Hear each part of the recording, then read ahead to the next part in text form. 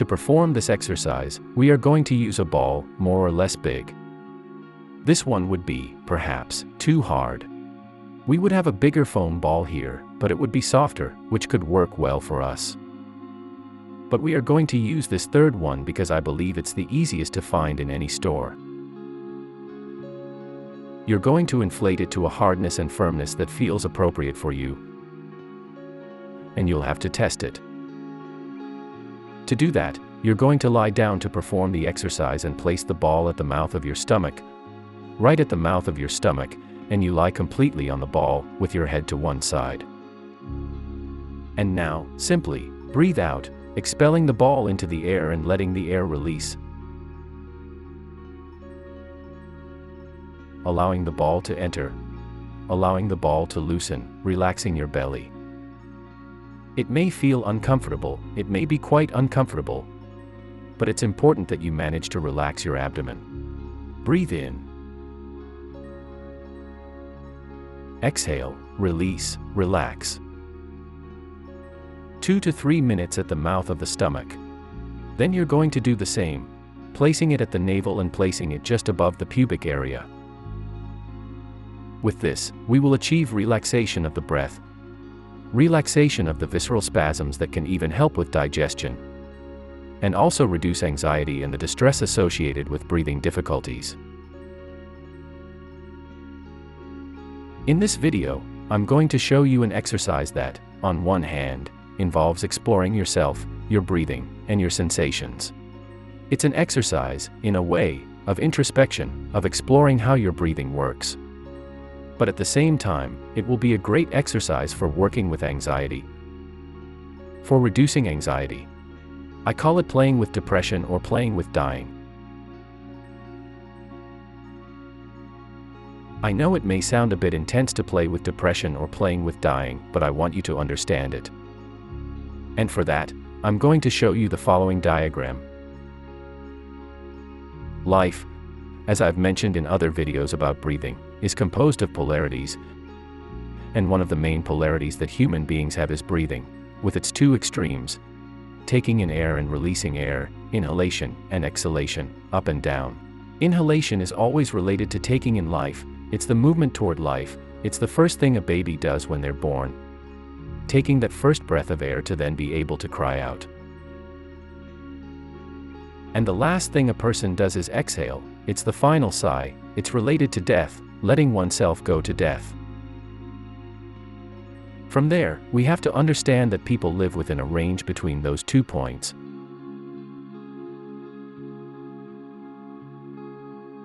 We take in, we release. We take in, we release. But we can live between that high point, that higher inhalation, and that lower exhalation. We can live in one place or the other. Anxious people will live more towards the upper part. They will live more in the clinging to life. If their high point is higher, they will be higher. Depressed people will be lower, as shown in the diagram right now. They live lower. This exercise is about that. It's about playing with being depressed, playing with going towards death. It's still an exercise. What we're going to do is, on one hand, lower the breath, and on the other hand, make it very small, very small, very small. Minimize it. I also often tell my patients, when I propose this exercise to them, that we're going to play at living. So, from now on, I suggest that we practice it, that we practice this exercise. Right now, you are on the computer, with your phone, with your tablet. Let's pause for a moment, and you can even put down your phone and just listen. You can close your eyes, and if you'd like, you can lie down to do this exploration. It's a simple exercise, it's nothing complicated. Are you ready? Lying down, sitting, comfortable. Let's begin. Simply, the first thing you have to do is pay attention to your breathing. Notice the movement. Notice the rising phase, the inhalation phase, the falling phase in the exhalation. Simply pay attention to it. It's not about judgment, it's not about evaluating if it's good or bad. Just observe it. Feel how it rises. Feel how it falls. Feel the length. How long it takes to rise. How long it takes to fall.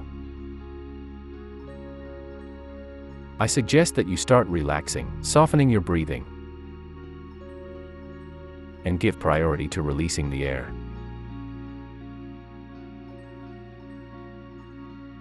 It's not about exerting force to release it,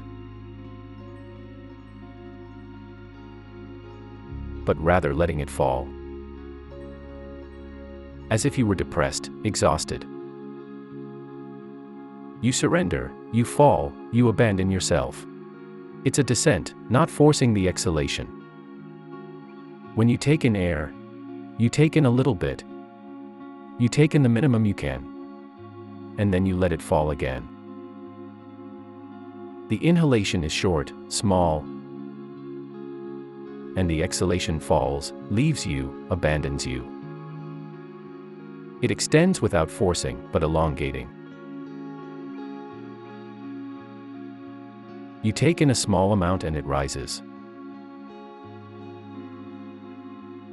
Additionally, in the lowest phase, when you have finished releasing the air, you can stay there, still, relaxed, without forcing, feeling how the impulse of taking in air starts to arrive again, but instead, holding it. Don't rush back up towards the air. Try to hold your breath down there. Try to stay in that exhalation position for 2, 3, 4 seconds. And then take in air again, but gently. Without rushing back up, without anxiety. Hold it, hold it. Go back down and rise a little. Stay still. Wait for the impulse. Gently take in a small amount and release it. It's possible that at this moment, if you're following the exercise, you may feel a certain anxiety for a good breath of air. It's normal, especially for people who live in crisis, who live in the high part, who have anxiety. For all alarms to go off, there is a slight lack of oxygen. It's normal for these sensations to arise. My recommendation is simply to hold them, without letting them become too overwhelming, but rather experience these sensations. Hold them, calm yourself, allowing them to be there. Sustaining these sensations. Holding yourself, without releasing, without letting yourself fall, without getting depressed, going towards death, stopping down below, and back up. You can prolong this exercise as much as you want, and the ideal is for you to get used to living in that point. That could help you a lot in reducing your anxiety, since anxiety is completely the opposite. Anxiety is living in the high part.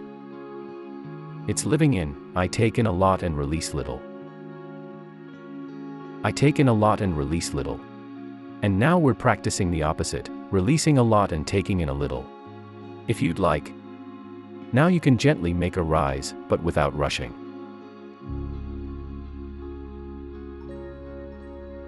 It's a bit safer because you know the broader breath now, the more enjoyable one, yes, but without effort. Don't return to anxious breathing. Don't try to reach the ceiling. Don't exaggerate to reach the highest point of breathing. Rise gently. Rise calmly. And descend all the way down.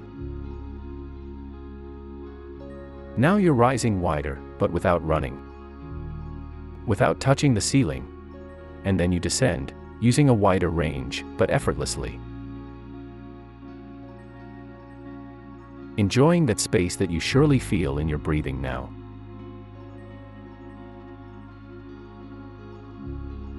This is an exercise, as I mentioned, very useful for working with, for reducing anxiety. If during this first encounter with the exercise, you were more focused on my words and less on the exercise itself, I suggest you repeat it. Go deeper into it. Gradually, I assure you that you will learn to sustain yourself down there and to sustain that anguish. You'll see that you won't die, that you're not dying, that in that lack of oxygen. I promise you, you will never die, never, not because of that. Nothing bad will happen. You'll calm down there. If you learn to hold that anguish, that need to take in, you will likely also learn in life to live a little lower. When I talk about unforced diaphragmatic breathing, I'm referring to trying to bring or directing your attention to the movement you have in your diaphragm, the air you have in your abdomen, without forcing it. Simply feel it without any effort.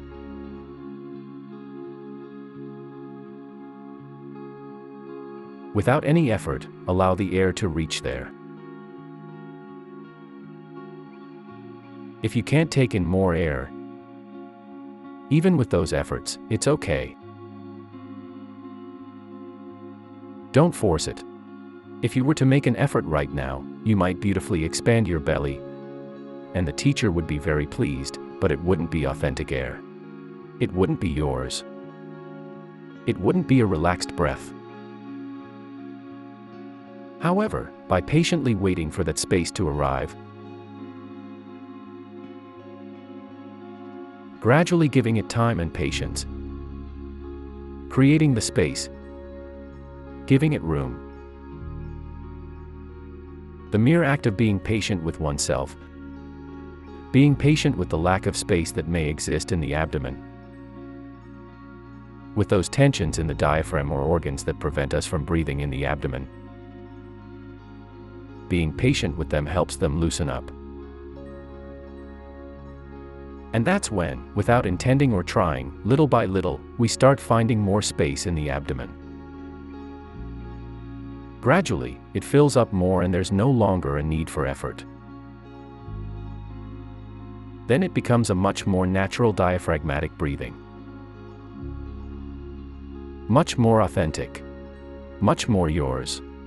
It's no longer the teacher's breath, not the yoga breath, not the Tai Chi breath. It's your diaphragmatic breathing. It's a breath to be enjoyed, not a military breath. It's your breath. It's the breath that flows well. It's the breath that arrives. And that's a bit of what I wanted to convey about diaphragmatic breathing, fundamentally.